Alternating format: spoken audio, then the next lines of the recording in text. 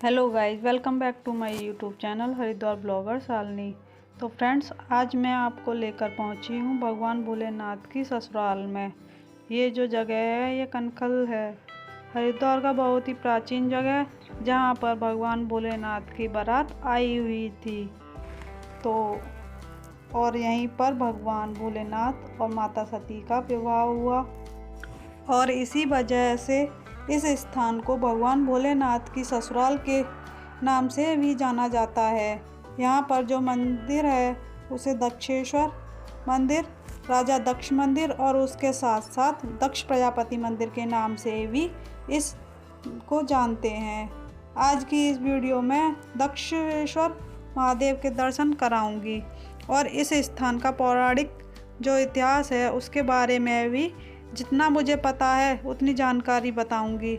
जब आप हरिद्वार की यात्रा करते हैं तो सबसे पहले हर की पौड़ी, मनसा देवी मंदिर और चंडी देवी मंदिर और दक्ष मंदिर ये जगह ज़्यादा फेमस हैं। इस मंदिर में बहुत ही सुंदर कलाकृति के द्वारा इस मंदिर का निर्माण किया गया है। यहाँ अनेकों मंदिर हैं, उन सभी के दर्शन मैं करा रही हूँ। अगर आप इसी तरह लगातार हरिद्वार ऋषिकेश की मंदिरों के बारे में जानना चाहते हैं और वीडियो देखना चाहते हैं, ऐसे ही प्राचीन स्थानों को जानना चाहते हैं तो चैनल को सब्सक्राइब ज़रूर करें और बेल आइकन दबाकर ऑल पर क्लिक कर दें ताकि आने वाली हर वीडियो की जानकारी आपको मिलती रहे। तो फ्रेंड्स, ये सत्य शिव साधना मंदिर है। इस मंदिर में अंदर आप देखोगे राइट हैंड पर राजा दक्ष प्रजापति विराजमान है, घोड़े का मुख लगा हुआ। आप दर्शन कर लीजिए। आगे चलते चलते राजा दक्ष कुंड और माता सती कुंड और दक्षेश्वर महादेव हैं। वहाँ पर कैमरा अलाउ नहीं है, फिर भी मैंने आपके लिए कोशिश की है। और आगे प्राचीन गंगा माँ का मंदिर और गंगा माँ के चरण और गंगा माँ का घाट भी आपको देखने को मिलेगा। आप दर्शन कर लीजिए और हर हर महादेव, हर हर गंगे बोलते रहना और कमेंट में बताना आपको ये मेरी वीडियो कैसी लग रही है। अगर वीडियो पसंद आ रही हो तो लाइक करना। और चलते चलते तो अब मैं आपको दक्षेश्वर महादेव मंदिर का इतिहास बताती हूँ।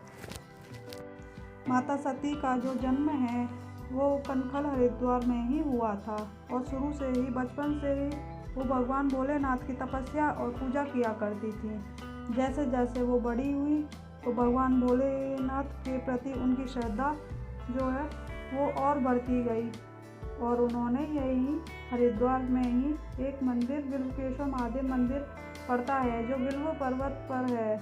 वहीं पर माता सती ने कई वर्षों तक भगवान भोलेनाथ की तपस्या की और भगवान भोलेनाथ को प्रसन्न किया। जब भगवान भोलेनाथ प्रसन्न हुए तो उसके बाद माता सती ने उनसे विवाह करने के लिए कहा तो भगवान भोलेनाथ तैयार हो गए। लेकिन जब राजा दक्ष को इस बारे में पता चला तो राजा दक्ष इस बात से बिल्कुल भी तैयार नहीं थे, क्योंकि भगवान भोलेनाथ की जिस तरह वेशभूषा थी आप सभी जानते हैं कि उनके गले में सर्प लिपटे रहते थे। ये सभी कुछ देखते हुए राजा दक्ष जो थे वह शादी के लिए तैयार नहीं थे, लेकिन अपनी बेटी सती के जिद के आगे उन्हें हाँ करनी पड़ी। और उसके बाद हिमालय से भोलेनाथ जी की जो बारात है यहीं पर राजा दक्ष की नगरी कनखल हरिद्वार में आई थी और भगवान शिव और माता सती का विवाह इसी स्थान पर हुआ था और इसी वजह से इस स्थान को भगवान भोलेनाथ की ससुराल कहा जाता है। विवाह के बाद राजा दक्ष ने एक बहुत बड़ा यज्ञ का आयोजन किया। उन्होंने सभी देवी देवताओं को निमंत्रण दिया, लेकिन अपने दामाद भगवान भोलेनाथ को निमंत्रण नहीं दिया। जब माता सती को इसके बारे में पता चला कि हमारे पिता राजा दक्ष यज्ञ कर रहे हैं और सभी को निमंत्रण दिया है, भगवान भोलेनाथ को निमंत्रण नहीं दिया, तो उन्हें ये बात अच्छी नहीं लगी। फिर उन्होंने भगवान भोलेनाथ से यज्ञ में शामिल होने को कहा तो उन्होंने ये कहा कि मेरा घर है, हमें तो निमंत्रण नहीं आया, लेकिन हमारा घर है तो हमें यहाँ पर जाना चाहिए। तब भगवान भोलेनाथ ने माता सती को भेज दिया, लेकिन वो खुद यहाँ पर नहीं आए क्योंकि उनका निमंत्रण नहीं था। जब माता सती यहाँ पर पहुँची तो उस समय यज्ञ का आयोजन चल रहा था। बहुत सारे देवी देवताएं लगभग सभी लोग यहाँ पर आए थे। यज्ञ चल रहा था, लेकिन राजा दक्ष ने माता सती के सामने भगवान भोलेनाथ के लिए अपमानजनक बातें कहीं, जो माता सती को बिल्कुल भी अच्छी नहीं लगी। और जब यज्ञ चल रहा था तो माता सती ने वहीं पर यज्ञ के हवन कुंड में कूदकर अपने शरीर को त्याग दिया। जब भगवान भोलेनाथ को ये पता चला कि माता सती ने अपना शरीर त्याग दिया है, तो भगवान भोलेनाथ को बहुत ज़्यादा गुस्सा आया और उन्होंने अपनी जटाओं को तोड़कर एक वीरभद्र की उत्पत्ति की और वीरभद्र को आदेश दिया कि आप कनखल जाओ और जो वहाँ पर यज्ञ चल रहा है उसका विध्वंस कर दो और राजा दक्ष का सर है वो काट दो।